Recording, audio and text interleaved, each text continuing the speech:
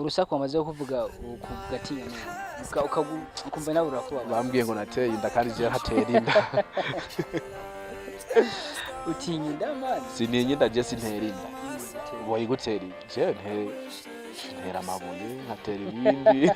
ariko inda yaranariye nyene byaraze nyene inda ndamaze kugerageza gutera inda byaraze bro bintu biragoye kandi naho bigoye bavuga ngo biragoye bitagoye cyambere cyo novuga muri twebwe wacu muyinga bizogorana kugira tugera aho tuzokwishikana umunyamuyinga ari mu bantu adashobora kumva yuko yo gufata ukuboko muyinga nta media dufise muyinga nta ba DJs dufise muyinga nta ba MC dufise muyinga nta radio dufise none wumva je nari kucamba umu MC gute yari kuboneka gute kataba hari.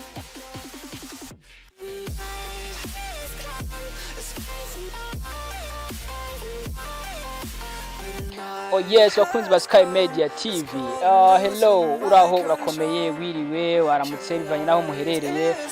Ni kuri Sky Media TV muri kumwe na animateur wanyu Mama W aka Double T. Nyuma kamera turi kumwe na Msaza Elsteve. Idemi venteye narababwiye ni gukorana gusa n'abantu batigera badigadiga instrument abantu ebana batigera bibanira ngira ngo uno munsi murabona yuko turi kumwe numwe mu bantu batigera bibanira batigera badigadiga instrument ngira ngo namuravye byo biranaboneka muri yaje boga ariko cyukora kunda wiri ubusa nimekura turakini sijashiba sijashiba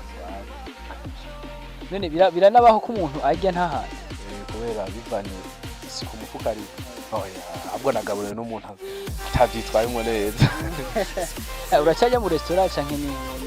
ya muhira arafu muhira twebwe turabana benshi nakula ukoko uko au nakula kuku nyumbani utapata za kuwatosha nakula uko ndo maana biranaboneka boga vipi sasa safi tu meze fresh nili popoa ku mazina duherukana 2020 ku mazina bakwita gute tunachange kila mwaka mzee tunachange sasa hivi ni MC King Msaza aka Buddha Shetani Buddha Shetani baba mbona tuko na shaitani hapa shauri yako kama hujaomba hapo basi kama hujaswali shauri yako wanakuambia mwaka mpya na vitu vipya mwaka mshasha ni bintu bishasha ariko mani kugira ngo ushire umba ama aka yo ni menshi Buddha agacushira ko shaitani yakwera iki shaitani sio mimi tu walinipa barampaye nani mafanzi wangu abafana biwanje nibo batumye ako kantu kazako bivanye n'ivyo nabandiko ndakora aho nakorera ugasanga abantu uko abantu batarevye bavyiteze ugiye kuzuza cyane none mpaka baravuga ati we ni shetani ndami kunita shetani kose acha niite Buddha wasanze kakubereye kuba uri shetani kawaida tu na unajua kama ni Buddha sio shetani ni Buddha we ariko bro oya none shetani turazi n'ikintu abantu bose batinya n'Imana yaravumye iti nawe ugahitamo kwitwa shetani basi sikawaida yemera uko nyene sasa si sawa Chumenga iguchimenga urwandi bapinga Imana je ndemera Imana kandi asenga mumasenga gatanu kumwese nke bibaye ngombwa no karenza ariko harigiye kadakwira bivanye n'ivyuma byo umuntu abarimo ariko uri bukariha King Msaza twaduherukana kera duherukana umva ko ari n'umukomedi ariko ubuhoro umva ko ari MC guhindura kuja muri comedy no kuja mu by'ubu MC ni navyo wahaye umwanya cyane ni kubera Blues nahevye comedy ariko ibintu byose banza kuraba ikintu mbere uribuka ibazo wambajije baje timbega Msaza muri karere yawe uri kurakora ni kihe kintu ubona abantu bariko baragusupportinga mu cyane nakubwiye ati muri mwanya filime singiyo cyane ndi muri comedy nkaba no mu MC nakubwiye ati muri mwanya re comedy bisa nuko na stop gato ariko sindavamo sinubwa ngo nta muntu aheba umwuga utaye umwuga ngo ubutaye abana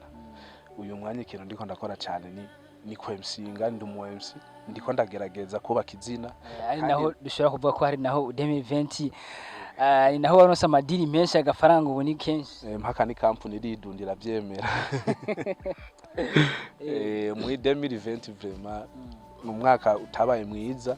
kuri bamwe na twebwe byinshi bitabaye byiza ariko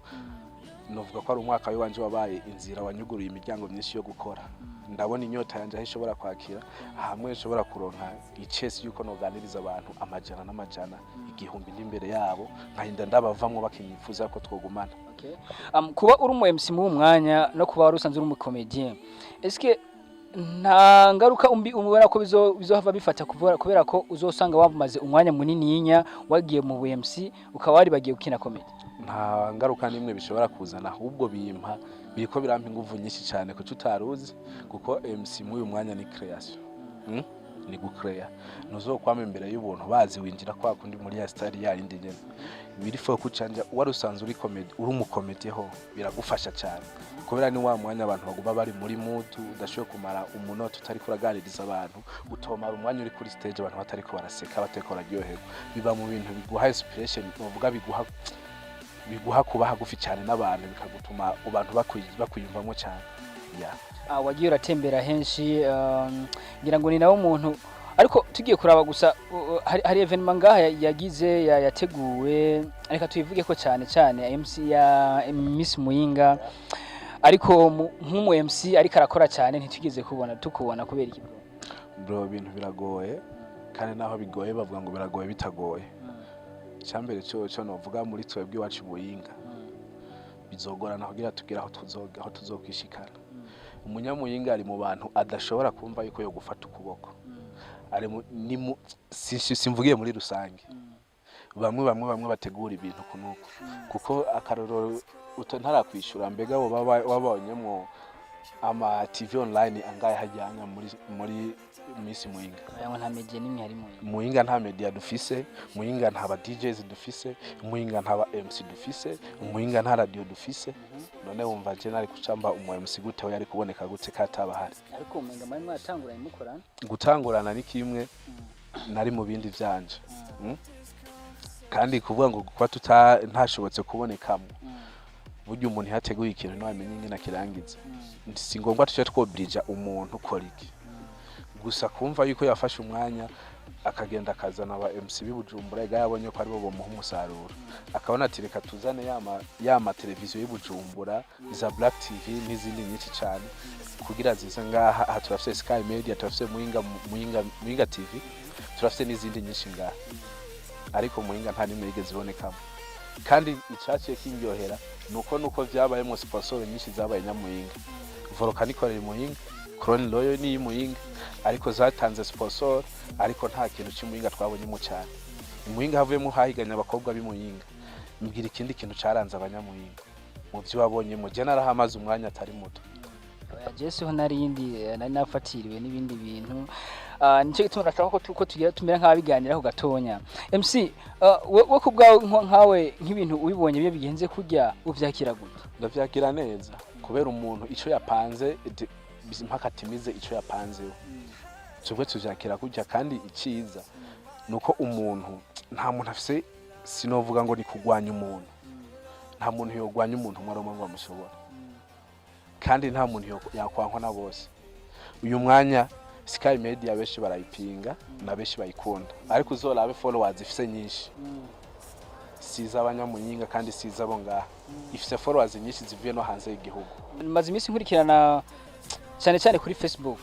ndamaze imisi mu challenge tugenda ducana ko tuvuga aba MC Muyinga dunawe uko burahiganisha kira gikorwa hagira kibona we biya nanje vyambayeho giturumbuka sanga ngo babihereye muri kimwe c'8 nza kwigiye buhanga tugeze muri finale turaba MC babiri gusa ndavyakiriye nkuko babiteguye wabiteguye yaranyandikiye mu nyuma arambwira igituma yabikoze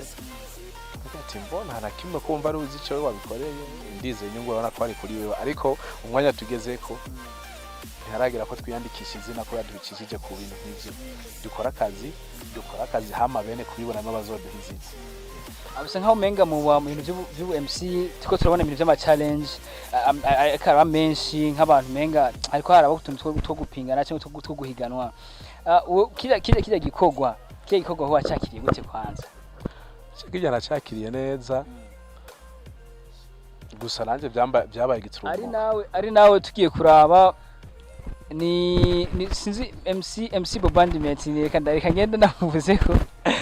niraho twagiye dukurikirana turaba kuntu biriko biragenda tubona ngo niwe wa mbere hajya we mu MC Muyinga wa kanga sinshobora kuyi kibanza kuko kwanza Imuyinga dufise aba MC bangahe wori umu journalist dufise bangahe ndazi urabazi Okay, hagiye haraboneka benshi erega umva Kubera rero hari benshi. nimba ari cabona ko ari cyakora n'umuhemsi turaba yoke kubera re ari benshi reka umwe wese tumenye tumushyire muri kariyeri yiyo je sinshobora ngo turawe musiku nuko lakini MC King Msaza number 1 King Msaza number 1 baba wewe nyene urabizi ikibe gusa nitwishire hejuru cyane turacari reka dukora bijye uzokora nivyo bizotuma biguhica ikibanza ciwaho ntuzovuga ngo uri kuragirisha ama competition kunuko ku mirongo ibintu bidafise inyungu nimwe kora akazi wewe nakawe nakazi kiwawe hama bizogufasha mu kuguha kariyeri ya gukubakira izina ryawe tutabicishije mu bintu nk'ivyo ariko ubikoze ufite ico yabipangiye sebo ya arafite ico yabikoreye. Okay, Msaza tugira ko tunabandanya mu kiganiro bisa nkaho umenga ariko comedy hari abantu bagukumbuye cyane ivyo turavyemera ivyo onya kuvuga hari abantu bankumbuye cyane muri comedy shimushimu zorabe no kuri Facebook yanje byari hirya ejo narapostinze akantu gatoya cyane ndasharing aho gati mubona mwonyemera ko ngaruka muri comedy abantu benshi bambwiye ati Msaza turagukumbuye mutama wacu karibu gego turyohere ibintu byinshi ariko mw'uyu mwanya sinokwemera yuko ndi hagufi cyane ya comedy ndafise ibintu byinshi niko ndakora kubera kanoti nkuko si kanoti ahubwo ya nturihenda kandi sivuga ngo na kanoti ahubwo kubera akazi kubera uyu mwanya nabikubwiye ko ndafise uruganda rwaranyizeye nibwo ruganda novuga uyu mwanya uko ratuma n'izina ry'uwo MC wanje rigera kuri ndi rwego nago ni Chrone rero nta numwe taruze ahi muyinga rudukorera ibinyobwa uyu mwanya izina rya Msaza rikorera kura kuko nije ndazi mu ba MC mu ntara yacu ya Muyinga nagize bahati yo kuronka Burundi tu yo kuzunguruka Burundi bwose nk'uyu mwanya nta Burundi nta ntara nimwe ntaratemberamo mu Burundi bwacu ndiko ndakora akazi ku MC ni nkuko naho wompinga cyangwa ugapinga naka uzovuga ivyo urabandi bazivugira kuko sinizeye ko uzompinga show yawe umaze gukora iyo ngahe Muyinga gusa sinzi ko uzompinga wewe uzi yuko ujabutse naho genda mu Kirundo aho hagufi ngaho ata muntu azi uwariwe gikuru banza ubaka izina ntituje muri za online cyane ubaka izina umenye icyo arico ndakunda MC Sadik ndamukunda afite icyo ndamukundira Amipro nta kibazo je nta beef mfitanye n'umuntu Amipro n'umu brother n'umugenzi ariko na Sadik ndamukunda kuko gikuru twumve ko nabantu badutangiriye game turafise ico uvuga ati ugiye ko yantanzike arafise n'icandusha muri iki. Okay, Msaza dufatire kuri dufatiye kuri comedy no kuba umu MC ahantu uviza cyane ni he umwanya ndiko ndaviza cyane mu MC ico kintu kibiri basi egance kibazo duherukana nakikubagije nti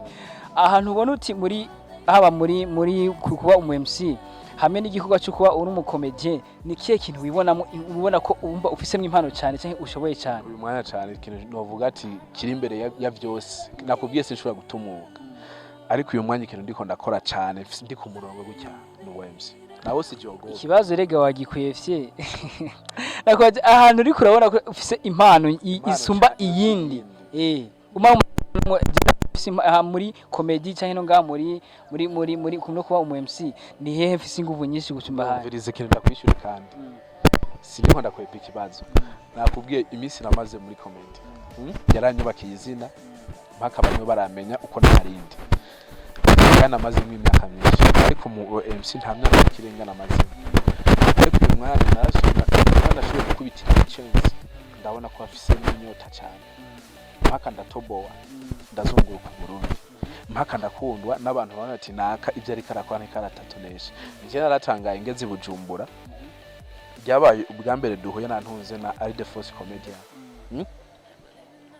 turaganira aransaba kuja kuri stage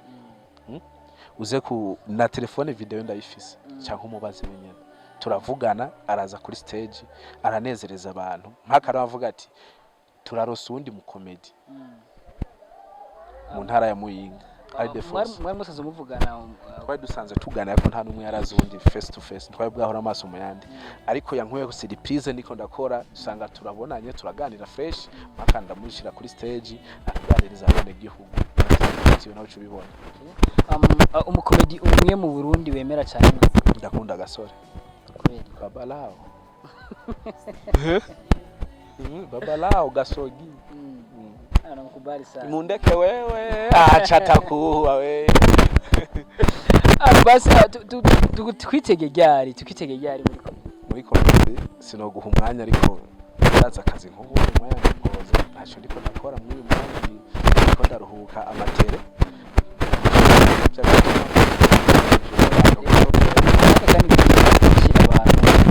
hari igihe uteba kugaruka kugira ngo bazogukumbure hageze kugaruka ugasanga barakwibagiye we ntacyo bakubwira akagana gituma rero ntashobora kwibagirwa n'ikimwe muri bimwe nakora buryo ari kurambira MC Bombardment ani wari kurambira igora afite ibizina bigone mara afite ibizina yita bigone sana zo bise twa king ni sawa kandi ni sawa ujya wenyene ari mu bantu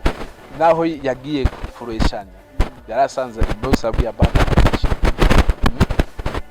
maka acatora komedi wanje ara komedi unkurahe na Kenya na Afrika cyarayisigura mu Kirundi arayimpa yayisiguye hari ibintu naho babikora babizi lakini tu kujipandishia jina na sio mbaya na sisi tunapandisha jina kupitia watu wengine wogira akajambo kanyuma ubwire bari kwara gukurikira nababwira ati nababwira ngo iki kibuze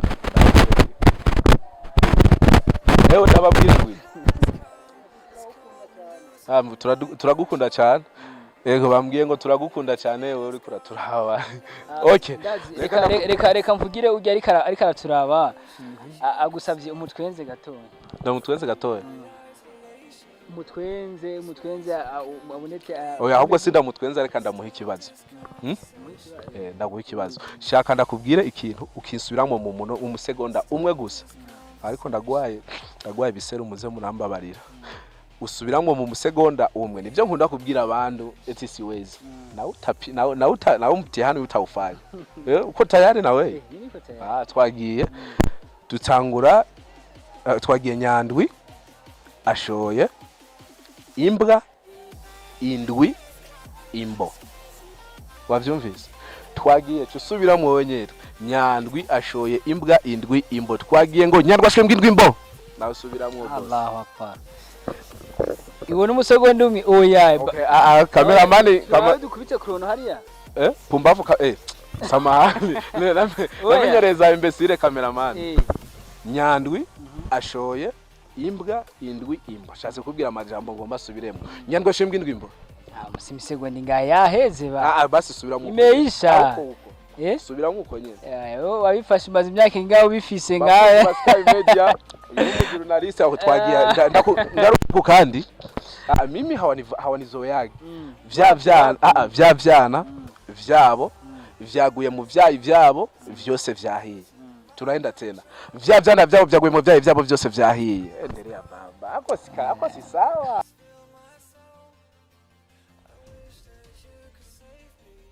akajambo kanyuma au umekama sona ya mkundi yu ayo ya mkundi ya love you forever hiyo ni sawa okay bakunzi ba Sky Media babwiye tibandanya mudukurikirana cyane mwabonye ni televiziyo yacu yo mu ntara nziza intara ishajije ya Muyinga no kubwira saba journalist babizi nka Mama Dubru hala kuri cameraman Steve basanzwe navuze ngo ni navuze pumbavu ariko siwe pumbavu na nizo bandi ba imbesire bahari imbesiriye bibujumbura ucubazi baba ndibo kwa barandri hariya lakini yo ni Steve nabwiye tibanda yamubwira subscribe mugire comment nyinshi mugire amashare menshi mutibagiye yuko wanakuambia umoja ni nguvu ukisupport hii radio yako hii TV yako yetu nyumbani ina maana umetusupport si wenyewe hata kwenye King Msaza usisahau kuri YouTube ni King Msaza comedian ushaka gutwenga gatoya ushaka guterama cyane kuri page yacu ya Facebook ni King Msaza comedian ni pale mule ushaka kumwandikira umuvugishi cyo ushaka ariko havuye mu rusaku nigwa adakunda gusa ni Msaza Idia Mix niryo zina isangije mu Burundi nta undi bahuye hata Instagram ni hivyo urusaku wamaze kuvuga kugatinya n'uru ukumva nawe urakuba bambwiye ngo nateye inda kandi je hatera inda utinye inda man sininye inda je sintera inda wayigutera je ntera amabuye nkatera ibindi ariko inda yaranariye nyene byarase nyene inda ndamaze kugerageza gutera inda byarase bimekata baka na birikata cyane ukomeye none ubona wonshobora wewe mimi huyu aho sincamuwa jewe mu byo ntatera inda sirimwe niko rusako babwiye ngo nateye inda saga none utera inda nyene ntiyo mufata ntoyigutera gute turabakunda cyane bakunze basikame reka ndagushimire nongeye ndagushimire waduhaye kanya ugafata ikindi kiganiro kuri mikoro bari kumwe na animateur wanyu Madiko double T behind camera bari kumwe na Elstena Msaza Elsteve umubiri uno munsi nawe yagiye Msaza ngira ngo bamusore ciao ciao zarana niye kwe